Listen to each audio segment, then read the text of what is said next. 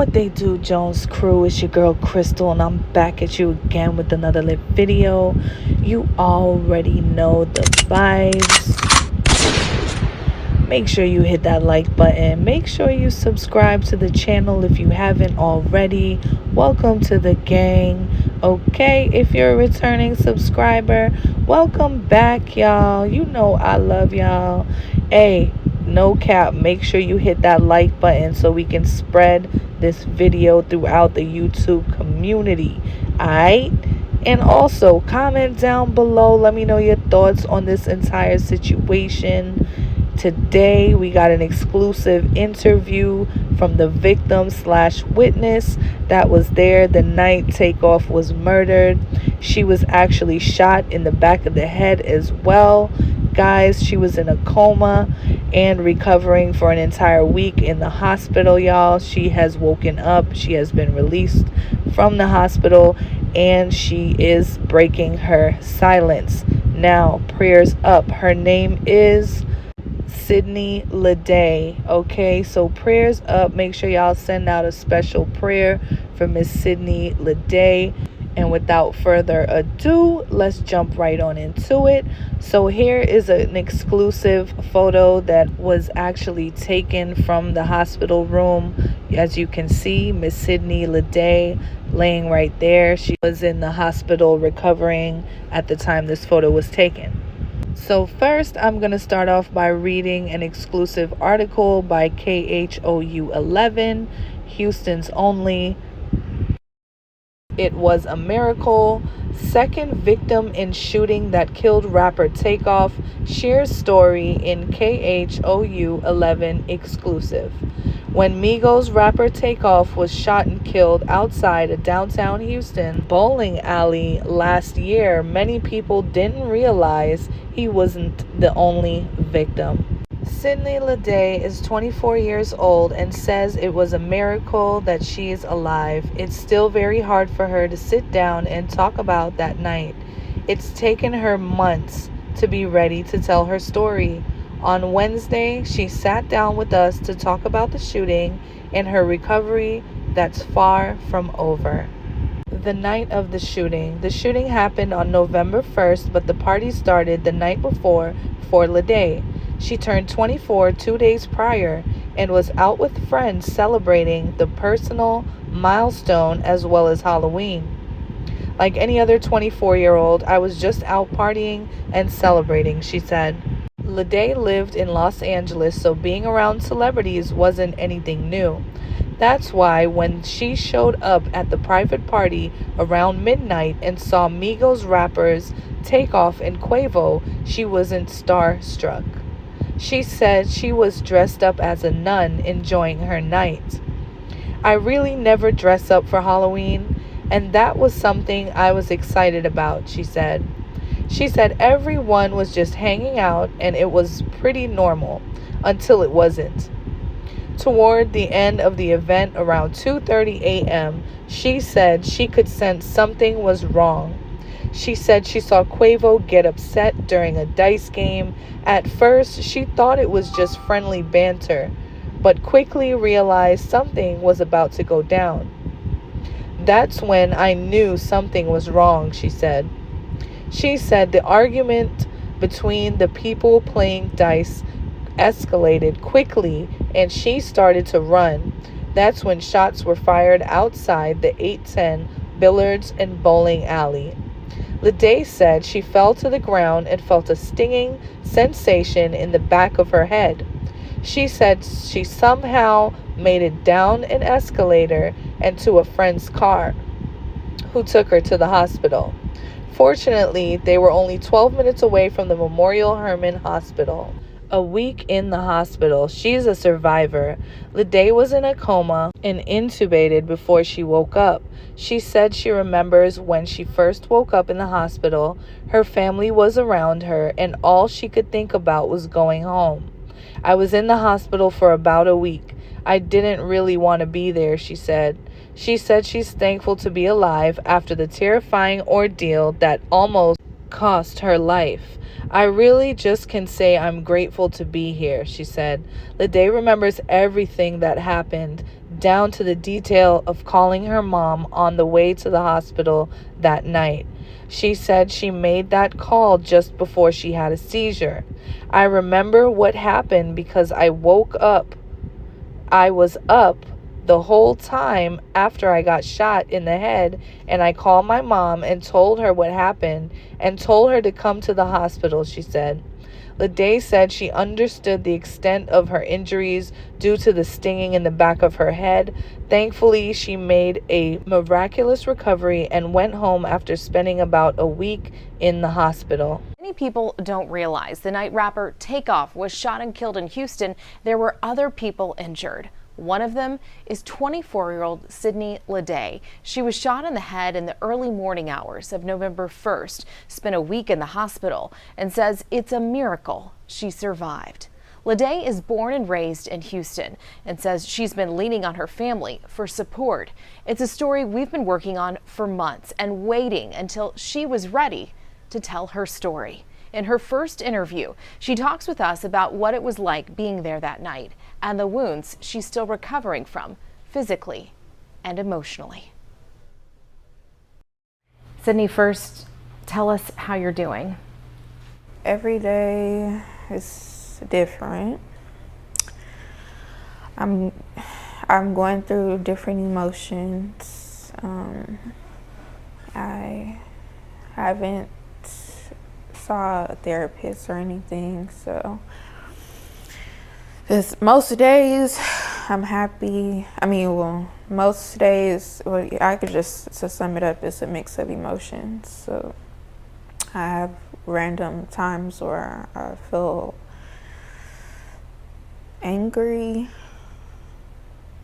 a lot of, I wouldn't say sadness, it's I have feelings of being grateful that I am still here.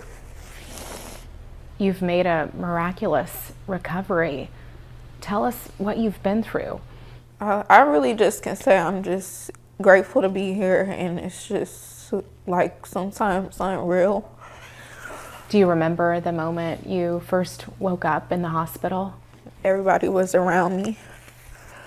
Well, when I first woke up, like I said, I didn't want to be there. I kept telling my mom I want to go home. I had never been in a hospital like that, but I remembered what happened because when I was up the whole time after I got shot in the head, and I called my mom and told her what happened and to come. You called your mom after you were shot? Yeah, and I told her to come to the hospital, but I ended up having a seizure, so I was on the phone with her the whole time. And so you knew exactly what had happened and why you were in the hospital. Mm-hmm. Yeah, but everybody was around me. My mom, my aunts, my grandma. I know you said you knew why you were in the hospital, but did you understand the extent of your injuries and what you had survived? Yes, I did. I was up for the whole thing. I felt the sting in the back of my head. I felt myself falling. And the person I was with picked me up and we got in the car, but it was like a scary movie, really. Ironically, it was Halloween night.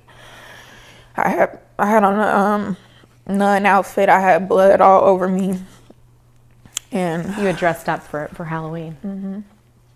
Yeah, and it was still my birthday weekend, so. You had just turned 24. Yeah.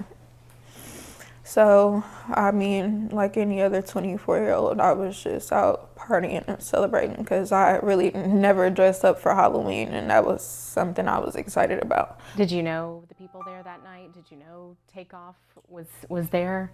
Yeah, I saw everybody. I'm used to being around celebrities, so it wasn't because I used to live in Los Angeles, so it wasn't like a big deal.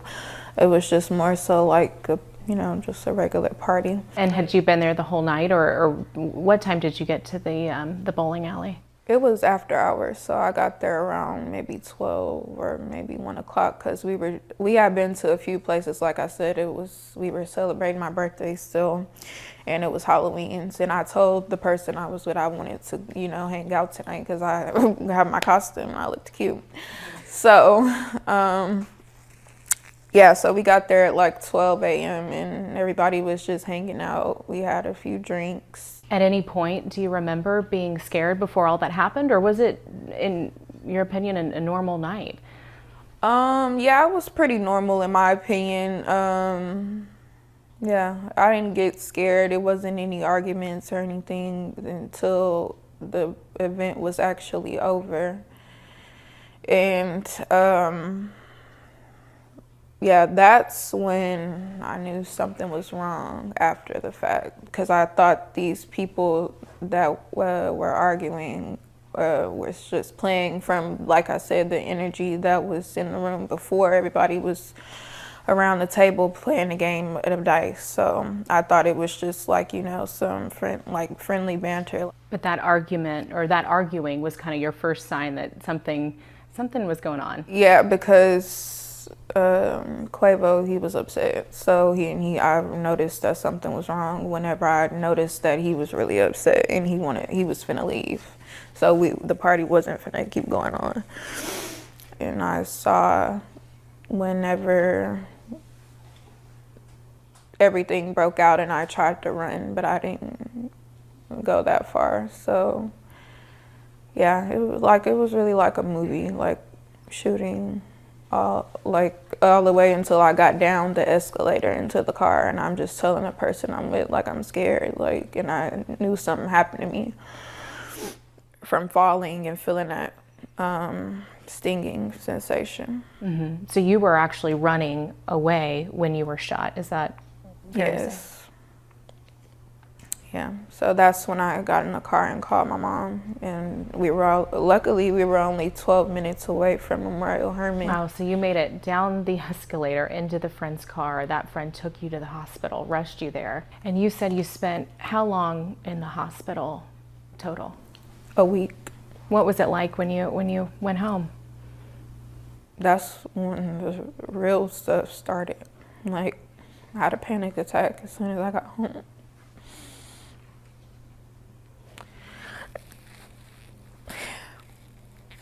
Do you replay that night in your head and what happened? Mm-hmm. Yeah, I had a panic attack. And I just remember I didn't really have an appetite. All I really ate was like fruit and just different stuff. I was nauseated, throwing up all the time. Like, yeah, that was just, I feel like that part was even worse than the actual being shot in the head, because I'm actually feeling all those feelings. Have you read a lot of the articles that have been published about that night? Yeah. I'm a pretty curious person, so yeah, I wanted to know, because I was having memory problems and I couldn't really write like my name and stuff like that, even to get discharged or, sign certain things in the hospital. So I was having certain problems at first. Did you realize other people were shot as well? No. I mean, of course, being in it, you ain't trying to get away from me. You're not, I don't mean to sound heartless, but you're not worried about other people. I was worried about one of my other friends, because I know she was right there by me, and I was worried about her because they told me she was at the hospital, and I actually saw her or something like that. See, that's what I'm saying. Like, I had to keep asking, like, to like refresh me on certain things. But yeah, she ended up being okay. That you didn't realize Takeoff was killed until After you the got fact. home. Mm-hmm. Yeah. What was that like to realize that other people were shot that night? I mean, I actually was going through it. I was sad that it ended up like that, but I mean, we were all in the same situation. Unfortunately, somebody else didn't survive, and I was just grateful that I did, because the place that it hit in my head, I just feel like it was a miracle.